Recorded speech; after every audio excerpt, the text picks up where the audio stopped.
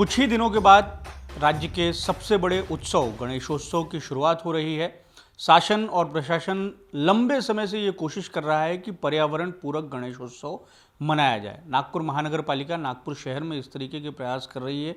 कई जन जागृति के कार्यक्रम जो हैं वो आयोजित किए जा रहे हैं, लेकिन बीते 10 वर्षों से नागपुर शहर में एक ऐसा गणेशोत्सव मंडल है, सार्वजनिक गणेशोत्सव मंडल है, जो पर्यावरण पूरक गणेशोत्सव की न केवल कल्पना को साकार कर रहा है, बल्कि एक तरीके से जनजागृति भी फैला रहा है और ये कोशिश कर रहा है कि सारा शहर या जो सार्वजनिक उत्सव मंडल हैं वो पर्यावरण पूरक जो गणेश उत्सव का जो कंसेप्ट है उसको अमल में लाएं। एक कल्पना ये होती है या संकल्पना ये है कि गणेशोत्सव जिस तरीके से हम आज के दौर में देख रहे हैं कि उसे भव्यता और दिव्यता एक तरीके से दर्शाने का एक प्रतीक के तौर पर जो है वो मंडल उसे प्रस्तुत करने लगे हैं। परंतु इस उत्सव की शुरुआत के जो मूल कारण हैं या जो मूल विचारधारा है उससे कहीं ना कहीं एक तरीके से समाज दूर जाता हुआ दिखाई दे रहा है। तो एक गणेश मंडल है जो इस उत्सव को बीते 10 सालों से मना रहा है।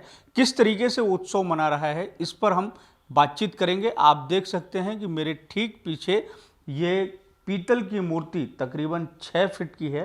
ये जो मूर्ति है इसका गणेशोत्सव के दौरान एक तरीके से ये मंडल में स्थापित की जाती है और इस स्थापित किए जाने के बाद में पूरे 10 दिनों तक उत्सव का पूरा क्रम चलता है। तो आखिर किस तरीके से पीतल की इस मूर्ति को स्थापित किया जाता है और क्या ये जो मंडल है इसकी जो संकल्पना है, इसकी जो सोच है वो समाज में और अधिक फैल सकती है क्या, ये भी जानना बड़ा महत्वपूर्ण है। इसी पर अधिक बातचीत करने के लिए हमारे साथ जो मंडल के पदाधिकारी हैं अमोल जोशी और ऋषि उधो जी, इनसे हम बातचीत करेंगे। ये हमारे साथ में है और सबसे ख़ास बात हमारे दर्शकों को ये भी मैं बता दूं कि जिस घर में नागपुर शहर के राहटे कॉलोनी चौक पर स्थित जिस घर में मैं खड़ा हूं, इस घर में गणेशोत्सव की शुरुआत करने वाले लोकमान्य बाल गंगाधर तिलक भी रह चुके हैं। 1911 का ये मकान है। तो आपसे दरख्वास्त है कि आप थोड़ा इधर आ जाइए और हम विस्तार से बातचीत करेंगे कि आखिर किस तरीके से आप जो हैं इस संकल्पना को साकार कर रहे हैं। तो अमोल जी, पहला सवाल यही है कि पहला थॉट कहाँ से आया कि इस तरीके से हमें गणेशोत्सव मनाना है? 2013 में सबसे पहले हमने ये गणेश मूर्ति की स्थापना की थी हमारे मंडल में। मैं कुछ काम से तेलंगखेड़ी तालाब के पास गया था, तो हमने वहाँ पे देखा कि आफ्टर विसर्जन वहाँ पे इतने सारे मछली, सांप, जो पानी में रहने वाले प्राणी हैं, इतने सारे उनकी मौत हो चुकी थी। वहाँ पे ऊपर पानी के ऊपर तैर रहे थे, पानी का पूरा क्वालिटी पूरा ख़राब हो चुका था। तब मैंने सोचा कि यार हमको कुछ तो अलग करना चाहिए, बाकी लोग तो सब वही कर रहे हैं, हम भी विसर्जन वही कर रहे हैं, तो कुछ अलग क्या करें। तो मेरे दिमाग में आया कि हम ऐसा कुछ करते हैं जिससे कि हमारा पर्यावरण ये खराब ना हो, क्योंकि पर्यावरण ही देवत है, उसको अगर हम संभालेंगे तो वो हमको फ्यूचर में संभालेगा।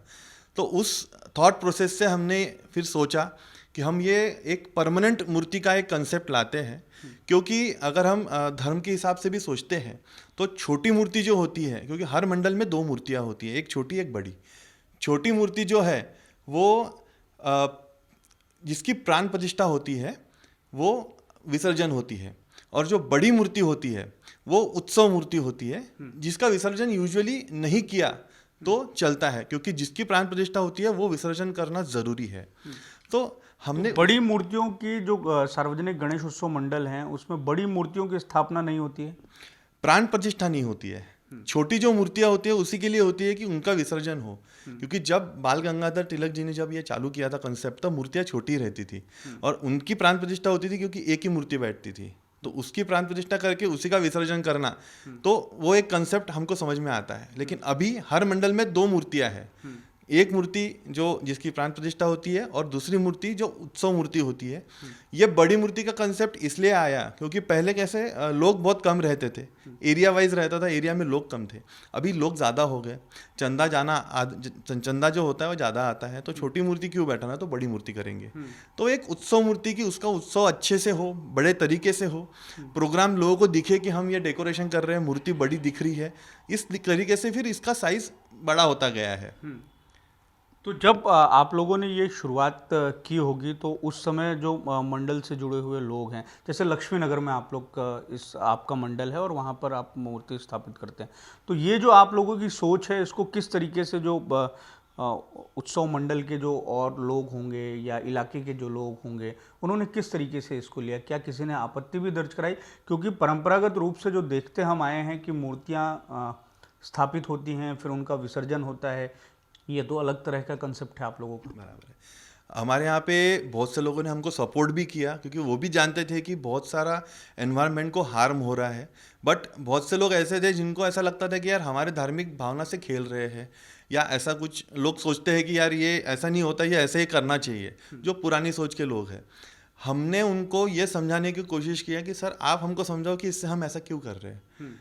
तो हमने उनको पूछा, हमने उनके सवालों का जवाब दिया, देन दे सेटिस्फाइड कि हाँ ये भी सही है, ये सही तरीका है।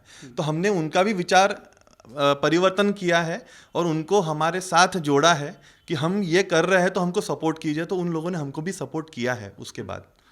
और मेंबर्स जो थे हमारे, उन्होंने पहले से ही हमको बहुत सपोर्ट किया। हमने सबने मिलके ही ये सब कर पाया, नहीं तो कहाँ होता था इतना बड़ा स्टेप।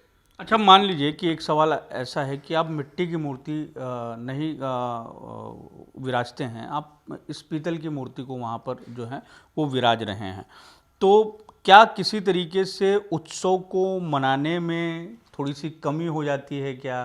क्योंकि अब हम बात कर रहे हैं कि जैसे आपने ये सारा जो विषय है वो पूरा उत्सव पर्यावरण से जोड़ के देखा जा रहा है, तो एक तो मूर्ति विसर्जन का भी एक प्रक्रिया होता है, वो हम तालाब में मूर्तियाँ विसर्जित करते थे पहले, अब जो है अब वो बंद हो गया है क्रम। अब कृत्रिम तालाब नागपुर महानगर पालिका उसके लिए व्यवस्था करती है और उसके बाद में कई जो दृश्य हैं विसर्जन के बाद में वो इतने देखने में इतने दुखदाई होते हैं कि उसकी कल्पना आप नहीं कर सकते हैं कि 10 दिन आप जिस मूर्ति को पूज रहे हैं उसकी फिर इस तरीके से अवहेलना और बाकी सारी चीज़ें होती हैं। तो पर्यावरण को बचाने के लिए आप लोगों का जो तरीका है वो कितना कारगर साबित हो सकता है, और क्या आपके तरीके की जनजागृति आप और लोगों के बीच में भी कर रहे हैं? क्या इसका इम्पैक्ट वो दिखाई दे रहा है क्या नागपुर में? 4-5 साल पहले, लॉकडाउन के पहले हम मीटिंग हुई थी एनएमसी की, सुरेश भट्ट ऑडिटोरियम में, या आई थिंक महाल में जो हॉल है वहाँ पे। तब मैंने बताया था, हमारे पीतल के मूर्ति के पोस्टर्स लगाए थे बहुत से एनएमसी के मेन पेज पे कि आप ऐसा कुछ कंसेप्ट कीजिए, फॉलो कीजिए। बहुत से लोगों ने वही जो पुरानी दृढ़ भावना है कि हमको हमारी मूर्ति विसर्जन ही करना है without any knowing the concept कि हमारा कंसेप्ट क्या है, सोचे बगैर उन्होंने फिर डिसरिगार्ड कर दिया शायद। तो मैं तो चाहता हूँ कि बाकी लोग अगर ये फॉलो करेंगे तो हमारा यहाँ पे जो नदी बह रही है, नाग नदी बोलिए या जो भी तालाब है, वो इतने ख़राब नहीं होंगे जितने होते हैं। उससे हमारे ही पर्यावरण को सुरक्षित करने का सबसे बड़ा हाथ हमारा ही हो सकता है। तालाब तो जब हमारे शहर के जो उनकी स्थिति जब खराब हो गई तो उसके बाद में तो विसर्जन की रोक तक लगानी पड़ी। अब तो कृत्रिम तालाबों में जो है वो विसर्जन किया जाता है, तो तालाबों में तो वैसे ही रोक लगी हुई है। तो मूर्ति विसर्जन की प्रक्रिया किस तरीके से, शाश्वत प्रक्रिया किस तरीके से, जैसा बातचीत के पहले आप बता रहे हैं कि बहते हुए पानी में विसर्जन होना चाहिए?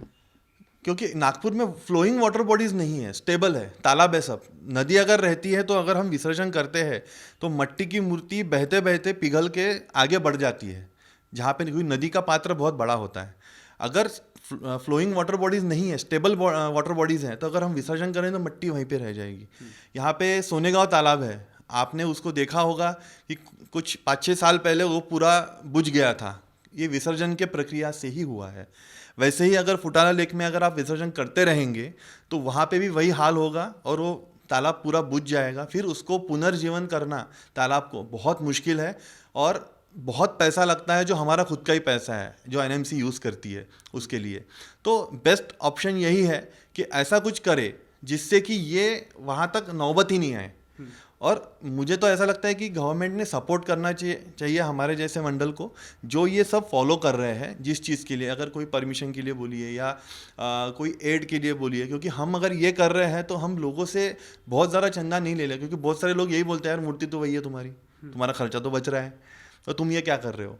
बट बाकी चीज़ें भी बहुत सारी होती है जिसमें हमको आगे बढ़ना है, लोगों को दिखाना है, हमको जैसे मार्केट करना है तो उसके लिए पैसा लगता है। तो अगर गवर्नमेंट खुद ही अगर हमको सपोर्ट करेगी, हमारा अगर कंसेप्ट आगे लेके जाएगी, तो बहुत इजी रहेगा लोगों तक पहुंचना, रादर देन हम कहीं जाए।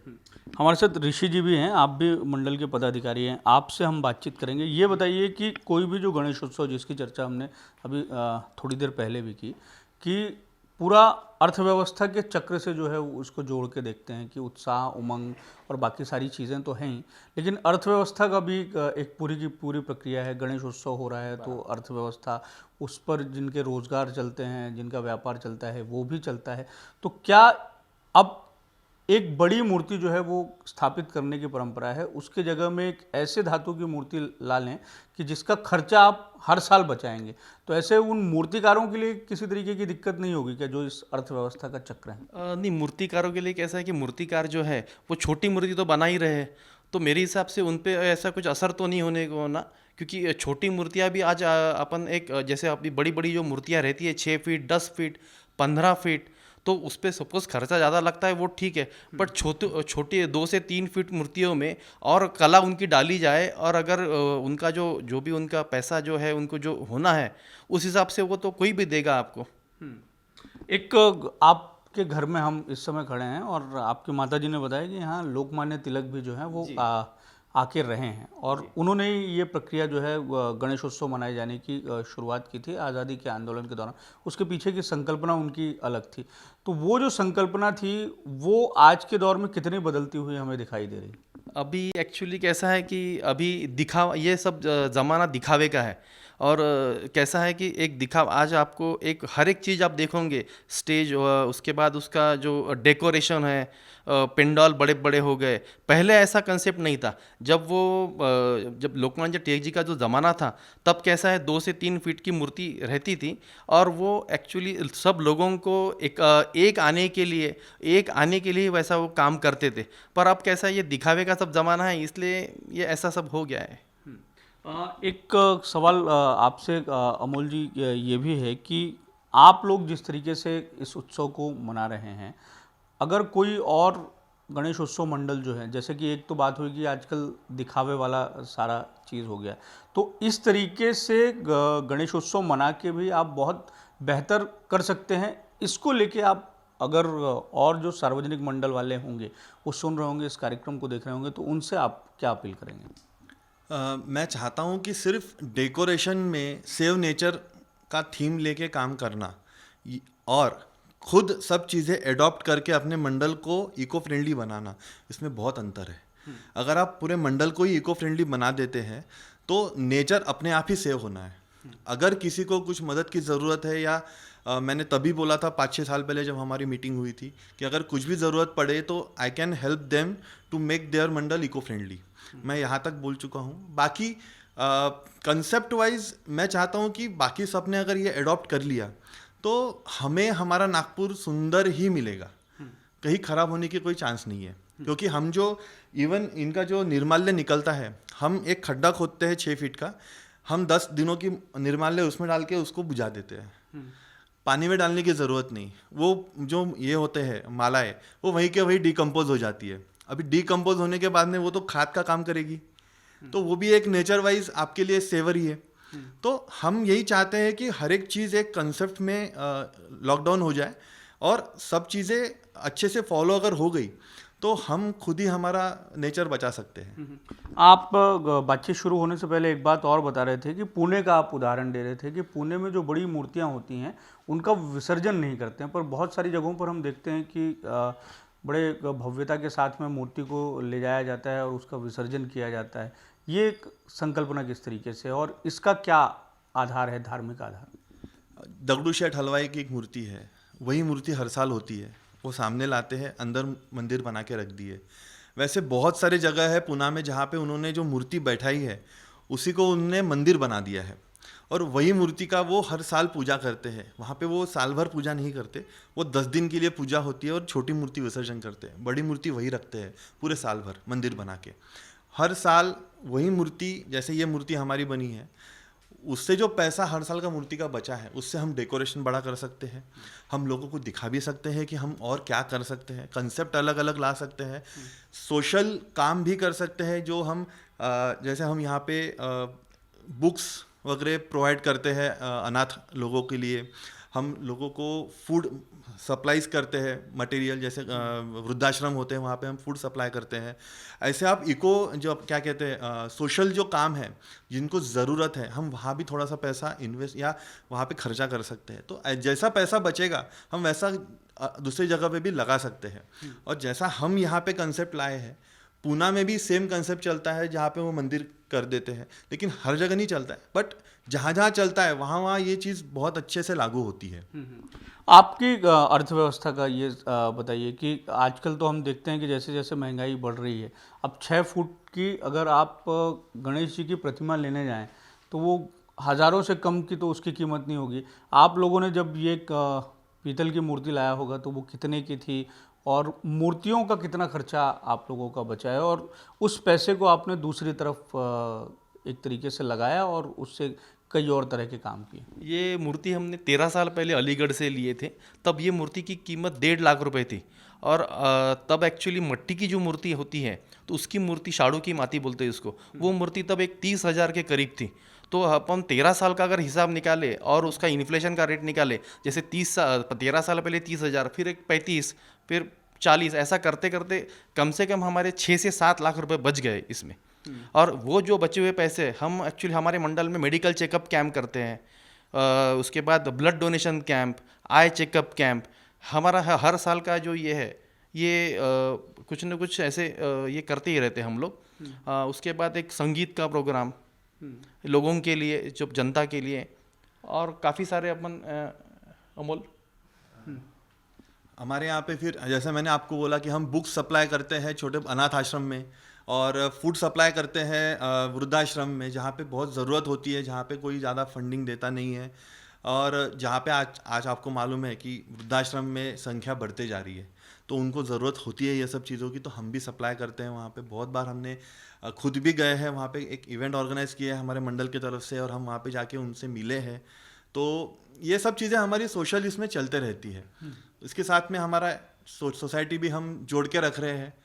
तो एक चीज़ इन दिनों गणेशोत्सव को लेके और भी दिखाई दे रही है कि कुछ लोग जो हैं वो मिट्टी की मूर्तियों के बजाय 10 दिनों के लिए उनके घरों में जो श्री के विग्रह होते हैं उसको रखते हैं, उन्हीं की पूजा करते हैं, और फिर उसके बाद में पानी में एक तरीके से उनको विसर्जित कर देते हैं, फिर रख देते हैं, और फिर गणेशोत्सव के दौरान जो है उनको स्थापित करते हैं 10 दिनों के लिए। तो ये इससे बढ़िया इको फ्रेंडली सिस्टम क्या हो सकता है? उसके लिए थोड़ा सा मैं अलग सोचता हूँ। जो अभी जैसे बड़ी मूर्तियाँ मैं कह रहा हूँ कि आप इको फ्रेंडली वे में बैठाओ, तो ये अगर इको फ्रेंडली बड़ी हो रही है तो छोटी मूर्तियाँ हम अगर इको फ्रेंडली वे में करेंगे तो आप जो बोले कि जो कमर्शियल एस्पेक्ट जो बनाने वाले हैं वो कहाँ जाएंगे। सो छोटी मूर्तियाँ जो घर में बैठती है, जो हम विसर्जन करते हैं, वो पिघलना बहुत ज़रूरी है। तो घर में आप अगर वो मेटल की मूर्ति बैठाएंगे तो उसका कोई अर्थ नहीं है। फिर वो मेटल की मूर्ति आप अपने देवघर में रखिए, वहाँ पे उसकी साल भर पूजा कीजिए, क्योंकि 10 दिन के लिए जो गणेश उत्सव ये मनाना होता है, इसके लिए आफ्टर 10 डेज वो मूर्ति पानी में डालने के बाद वो पूरी पिघलनी चाहिए। That is the concept. तो जिसकी प्राण प्रतिष्ठा होती है वो पिघलना बहुत ज़रूरी है। तो मिट्टी की मूर्ति आप घर में बैठाए, छोटी मूर्ति बैठा है, पर घर में मिट्टी की मूर्ति बैठा है, और उसका विसर्जन प्रॉपर वे में करे। भले ही आपके घर में कुआं होगा, या आप एक ड्रम लीजिए जिसमें पानी रखिए, उसमें विसर्जन कीजिए, देन वो पानी अपने यहाँ पे गार्डन होता है, गार्डन में कहीं डाल दीजिए।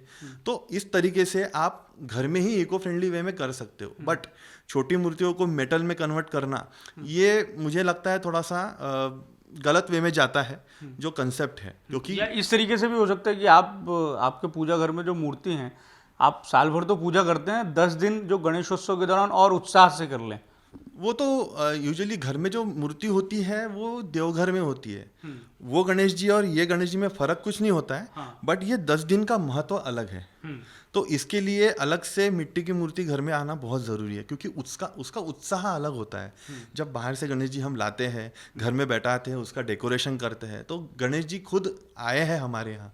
हम ये सोचते हैं कि गणेश जी हमारे मेहमान हैं, आए हैं 10 दिन के लिए, तो हम वो उत्साह से ये करते हैं। तो वो चीज़ ख़त्म नहीं होनी चाहिए। अगर हम घर के देवघर से ही अगर मूर्ति लेके करें तो वो उत्साह खत्म हो जाएगा गणेश उत्सव मनाने का। तो ये मनाना अगर हमको उत्साह से है तो ये कंसेप्ट रखना बहुत ज़रूरी है कि मिट्टी की मूर्ति बैठाए, आफ्टर 10 डेज वो मूर्ति विसर्जन करे। नेक्स्ट ईयर आपको जिस तरीके की मूर्ति चाहिए, क्योंकि आजकल तो बहुत अलग अलग तरीके की मूर्तियाँ आने लगी है, बट जो सोजवड़ बोल सकते हैं या प्रॉपर वेश में जो बोल सकते हैं वैसी अगर मूर्तियाँ मिल रही है तो दैट इज़ वेरी गुड कि आप वो लाके उसका पूजा कीजिए और विसर्जन आराम से जैसा आप चाहते हैं, जो मैंने बता 2-3 चीज़ें आप उसमें कर सकते हो। और इसके साथ में आप ये चिंता भी रखें कि जो पर्यावरण को किसी तरीके से क्षति ना पहुंचे। तो इस तरीके से जो नागपुर में एक मंडल है, सार्वजनिक उत्सव मंडल, गणेश उत्सव मंडल, वो लंबे समय से इस तरीके से प्रक्रिया कर रहा है और न केवल अपने सार्वजनिक मंडल में एक पर्यावरण पूर्वक गणेशोत्सव को मना रहा है, बल्कि और लोगों को भी ये संदेश दे रहा है कि आखिर किस तरीके से जो है गणेशोत्सव मनाया जाना चाहिए। दिखावे से इतर जो है कि 10 दिनों का ये जो पूरा क्रम रहता है वो बड़ा भावनात्मक रहता है। पूरे राज्य भर में इस उत्सव को मनाया जाता है। अब तो ये देखने में आया है कि राज्य के बाहर भी इस उत्सव को बड़े उत्साह के साथ में मनाया जाता है। लेकिन एक भावनात्मक भाव हमारे पर्यावरण को लेकर भी होना चाहिए कि आखिर किस तरीके से हमारे उत्साह और उमंग के वातावरण में पर्यावरण को किसी तरीके से नुकसान ना पहुंचे। कैमरामैन लोकेश मोहिते के साथ दिव्येश द्विवेदी, ह्यूज से न्यूज़, नागपुर।